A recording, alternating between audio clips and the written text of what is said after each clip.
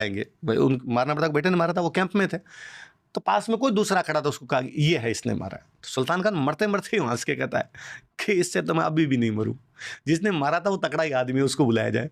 फिर वो अमर सिंह को बुलाते हैं, कहते मेरा बेटा है। तो कहता यार तुम बहादुर पिता के बहादुर पुत्र हो जो तुमने मेरे को मारा है। और फिर उसकी आंखें बंद होने वाली होती है, तो महाराणा प्रताप अपने बेटे कहते हैं कि इसको पानी पिलाया जाए, मरते हुए आदमी को पानी पिलाते हैं उसको, फिर भी उसके सांस नहीं निकलते हैं, तड़प रहा होता है। फिर महाराणा प्रताप कहते हैं कि इसका भला बाहर खींचो तो खून एक साथ ही निकलेगा तो मर जाएगा, ये तो बेचारा तड़पेगा नहीं। तो इतना मोटा आदमी था वो कि उससे भाला नहीं निकला अमर सिंह से वापस। फिर अमर सिंह उसके दोनों पैरों पर पैर लगा के खड़ा होता है, उस भाले को पकड़ के खींचता है, तब जाके सुल्तान खान की मृत्यु होती है। बैटल ऑफ दिवेर खूब सारी चीजें बताता है। बैटल ऑफ दिवेर के बाद मुगलों की हिम्मत नहीं हुई दोबारा उधर मेवाड़ की तरफ जाने की, उसके बाद वो बाहर बारी रहे। आप बैटल ऑफ दिवेर के अगले 3 साल के अंदर तो चित्तौड़गढ़ और मांडलगढ़ 2 किलों को छोड़ के महाराणा प्रताप पूरा मेवाड़ आजाद करवा गए थे। अकबर ने 1585 के बाद में महाराणा प्रताप पर कोई अटैक नहीं किया, जबकि महाराणा प्रताप 1597 तक जिंदा रहे हैं बाद में।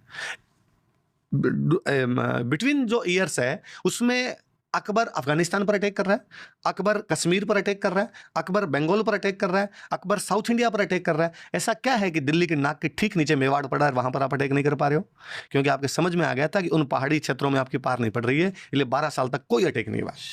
अच्छा, महाराणा प्रताप की मृत्यु के साथ ही अकबर वापस अटैक शुरू कर देता है, अमर सिंह फिर लड़ते हैं। अगले 18 साल तक अमर सिंह की फिर लड़ाई है ना, तो मेवाड़ की वो लड़ाई कंटिन्यू दिखाई देती है। तो लड़ाई सच में दिमाग का खेल है, वरना यदि ये सोच के रह जाते कि नहीं यार दिवेर में ज्यादा लोग हैं और अपने वहां जाके क्या करेंगे, लड़ेंगे, तो नहीं लड़ पाते। सेम हल्दी घाटी है, हल्दी घाटी में महाराणा प्रताप के पास में 3000 फौजी है, मुगलों के पास में 5000 फौजी है। ऐसा उनका एक हिस्टोरियन ही लिखता है भाई, ये भी नहीं कि राजस्थान वालों ने ये कहा हमारे तो कम थे मुगलों के ज्यादा थे। मुगलों का एक हिस्टोरियन उस युद्ध में खुद गया था, बदायूनी, अब्दुल कादिर बदायूनी, जिसने एक बुक लिखी थी मुंतखबुत तवारीख, और वो मुंतखबुत तवारीख में साफ साफ जिक्र करता है कि हम 5000 थे, राणा के पास में 3000 फौज थी, राणा ने इतना भयंकर आक्रमण किया था कि हम बनास नदी के पास पास में 5 कोस वापस भागे थे, हमारे समझ नहीं आ रहा था क्या किया जाना चाहिए क्या नहीं किया जाना चाहिए। यदि कोई बंदा सोच लेता कि यार 3000 से कैसे लड़ेंगे, तो कैसे लड़ पाते। अच्छा, मुझे हल्दी घाटी युद्ध का तो एक बड़ा जोरदार वाकया याद आता कि राजा कैसे अपनी सेना में जोश दिलाता होगा। हमारे मेवाड़ में एक जगह पड़ती है केलवा, वहाँ केलवा के शंकरदास राठौड़ उस युद्ध में लड़ते हैं।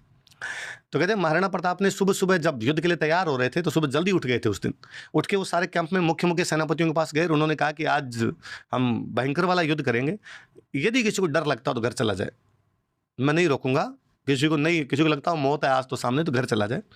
पर कोई कमांडर घर नहीं गया, सब कमांडर वहीं रहे।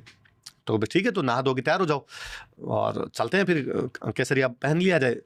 ऐसे बड़े जो युद्ध होते हैं केसरिया साफा बांधते, केसरिया अपने आप में ब्रेवरी का प्रतीक है। तो शंकरदास